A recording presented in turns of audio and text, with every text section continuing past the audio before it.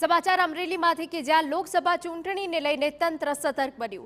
Surveillance માટે જિલ્લા વહીવટીતંત્રની 22 ટીમો તૈનાત કરાઈ છે. રાઉન્ડ ધ ક્લોક વાહન તપાસી કામગીરી કરાશે. કલેક્ટર અજય દહિયાની સીધી દેખરેખ હેઠળ કામગીરી થવાની છે. ચૂંટણીને લગતી અફવાઓથી દૂર રહેવા તંત્રની અપીલ.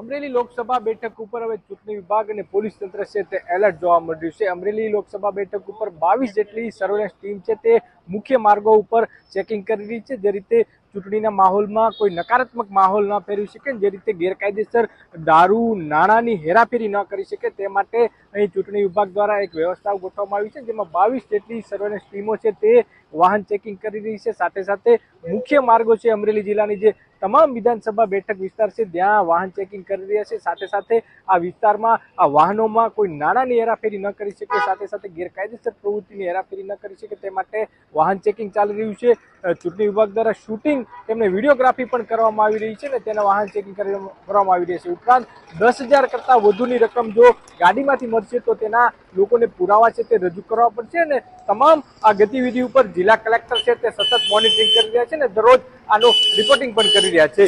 જયદેવ કાઠી, TV9.